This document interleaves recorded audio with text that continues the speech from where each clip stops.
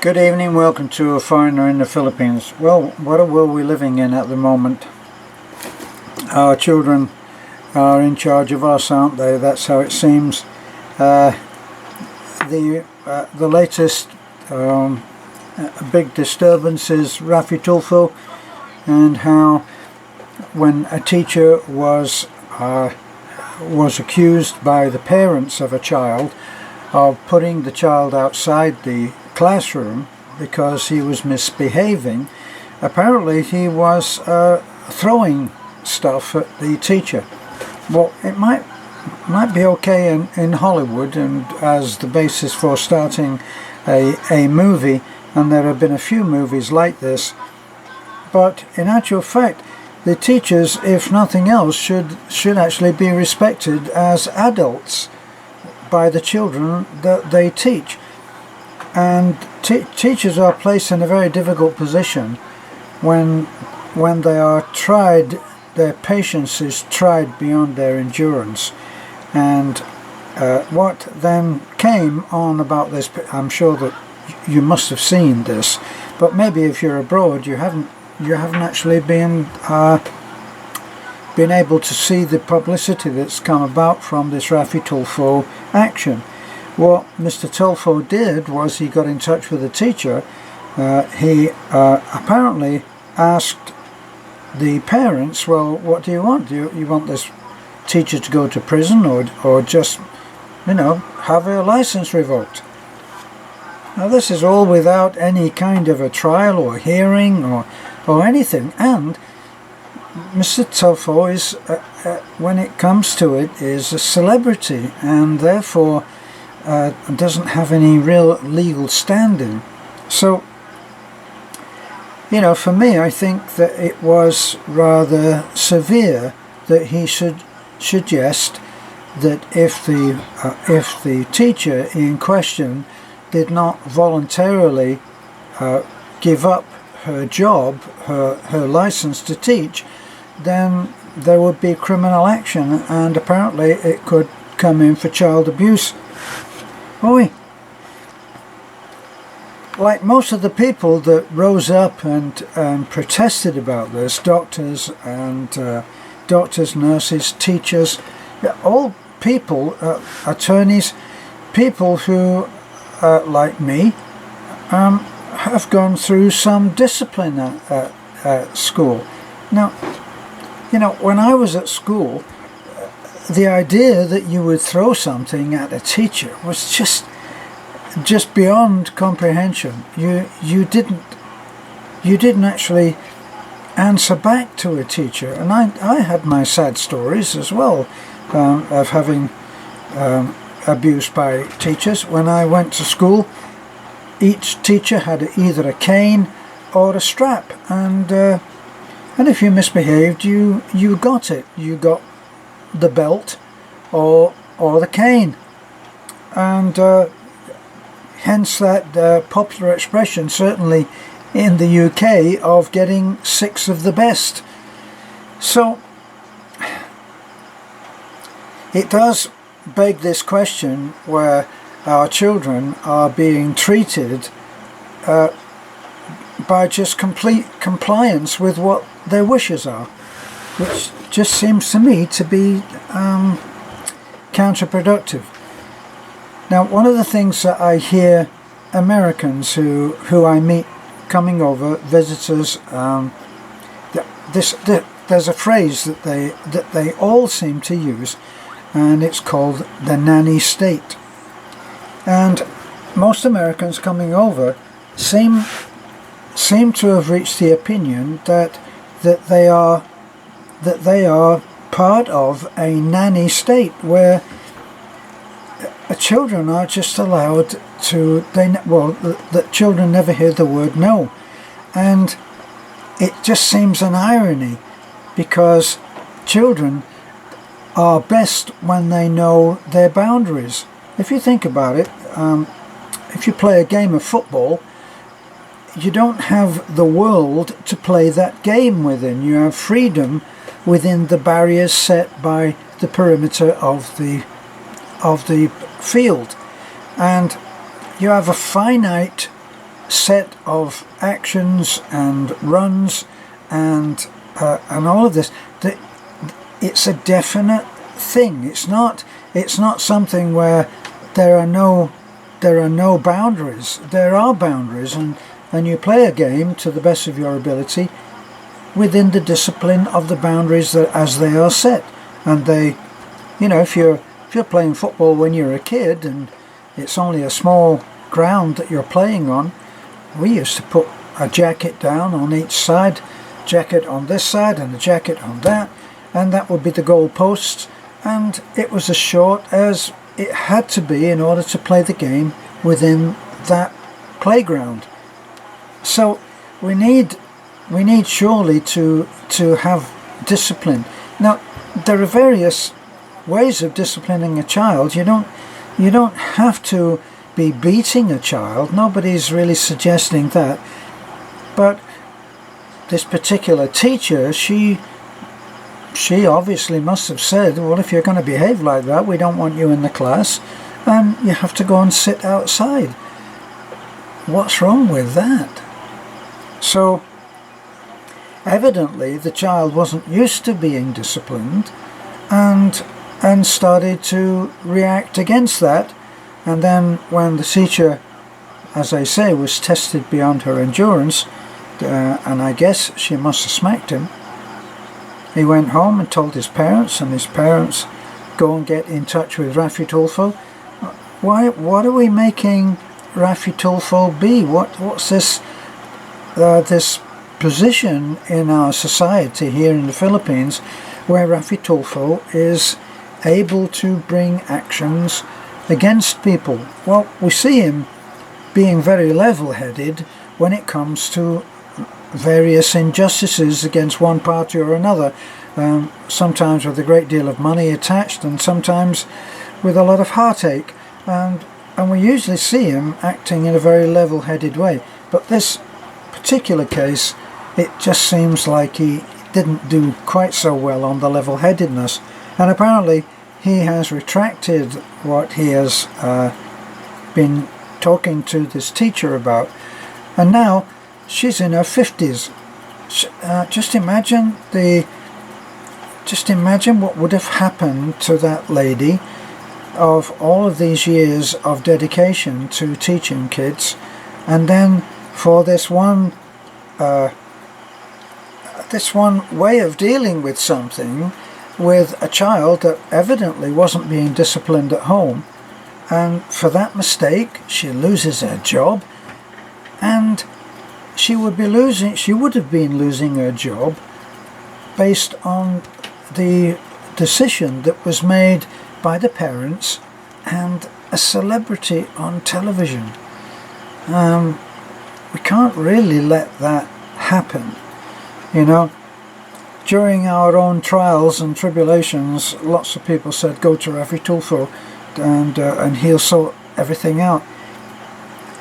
It's not really the way to do things. There are already ways of doing things, ways of appealing, ways of finding justice, and it shouldn't be on the basis of being shamed. We had that very recent thing with Raffi Tulfo where, not by any action of his, but the lady that was involved or at the center of a 25 million peso fraud of some kind killed herself rather than face the shame of being on national television. So while we have to use public social media as best we can to do what we can to do good, we really need to be careful about how we're going to do it. For disciplining a child, I feel that a reasoned approach is best. Now, this doesn't mean that I think that they should get away with anything that they want. I can remember that I came to America and I had my 6-year-old son with me, and I was a single parent for a while, and it was tough. no tougher than any other single parent that's out there, but I can remember that one particular day I had made up my mind I was going to work that way, and my son was going to school this way. And this is when he was about, let me see, maybe 8 years old. So in the same complex we lived, I got in touch with my friend Mark, and I said, could you take Luke in with you today while you're taking in your kids? He had 2 kids that he took to school. No problem, he said. I'll pick him up for school at the regular time. So that morning I informed my son, Mark is going to take you in. He said, I don't want Mark to take me in. And he was quite adamant and quite firm against it, that he was not going to go with Mark. Well, short of grabbing him by the scruff of the neck and smacking him, what would I do? I said, you need to go in. I'm going to work this way, and it will cost me a great deal of time to take you in and then backtrack and go to work. I need you to cooperate with me. Anyway, he was at the top of the stairs, and in a fit of temper he threw my electric drill down the stairs. Bang, bang, bang, bang it goes. And so, hot in my mouth, I'm picking up my electric drill and testing it to make sure that it's not broken. Luckily it wasn't broken, and we would have been in a difficult position because I wouldn't have been able to do my work. I wouldn't have got paid. So I said to him, I'm taking you in. And I took him in that morning. Anyway, I told him that, well, I asked him, I said, I guess you think you're being hard done to here, do you? And he said, yes, I do. So I said, I want you to go into school today, and I'm not taking no for an answer on this. I want you to talk to your friends at school, and I want you to ask them what would happen if they said no to their father, if they refused to do something that their father had ordered them to do, instructed them to do. And I want you to, when you listen to what they say, I want you to judge whether you are the lucky one or whether they are. So at the end of that day I picked him up, and he was very apologetic. He said, I spoke to my friends. Now I've got to explain that this was with a lot of American born kids in his class, and also a lot of Hispanic kids. Now, the Hispanic kids, they are disciplined, and there's no easy ride for them, we learned. And so he had asked quite a few across section and done his homework. And he said, I decided that I was the lucky one, and I'm sorry. Now, I could have left it at that, but I felt that the fact that he had thrown the drill down the stairs, which could have cost us money that we didn't have in a repair or a new drill, and I said, look, normally our rule was you couldn't refuse a sorry. So if I or he actually said, I'm sorry for what I did, it couldn't be refused, had to be accepted, and with open heart. And I said, this is one time when saying you're sorry is not enough. So I said, you decided that you were going to act on your own today, and you decided that regardless of what I felt, you were going to do what you wanted to do. So you acted on your own.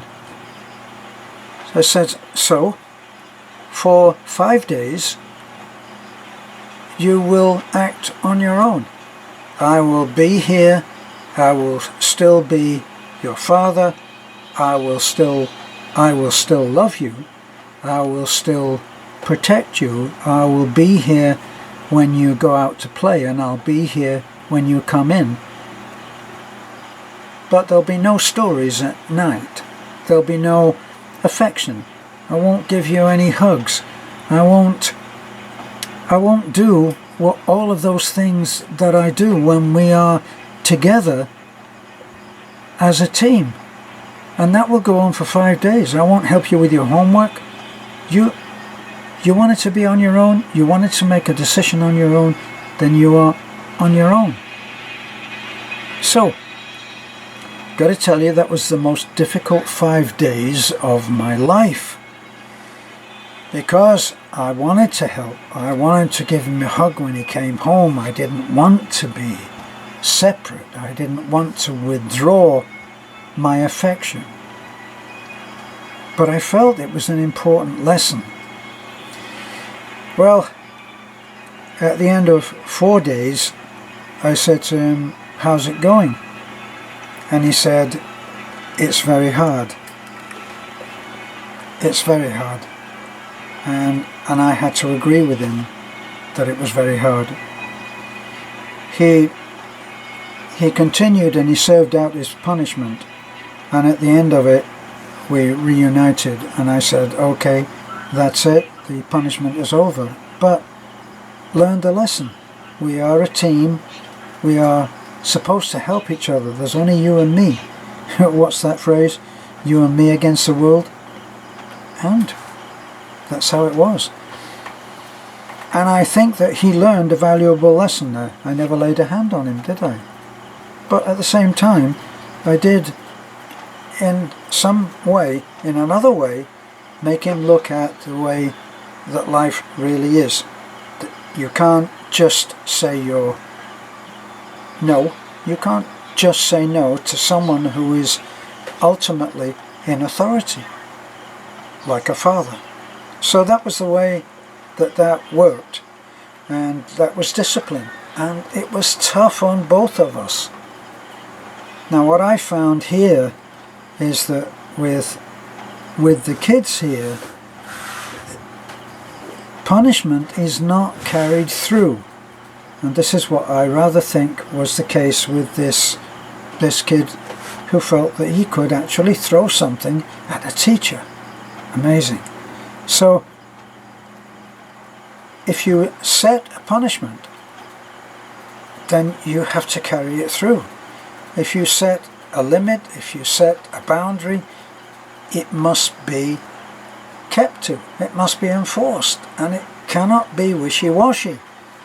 The kid has to know that if he goes against the rules of good behavior, then he will have consequences, and the consequences will not be pleasant. Now here, what I've noticed is that children actually know that whatever the punishment is threatened, it will not be carried through. And so, telling a kid, if you do that, you're not going to be allowed to do this, doesn't make any difference to them. You have to establish that your rules are there to be kept. You have to obey rules, and so does he or she. That's my take on it. But I don't think a teacher should lose her job after so much good has been done. No. Beth is teaching now, she is teaching a Bible class, an ethics, integrity class, good behavior class, and she is teaching that at one of the schools. 10, let me say, I think 11 to 12 or 13 year olds. So enough to be quite feisty, and she has to learn to control them, and they're not always perfect.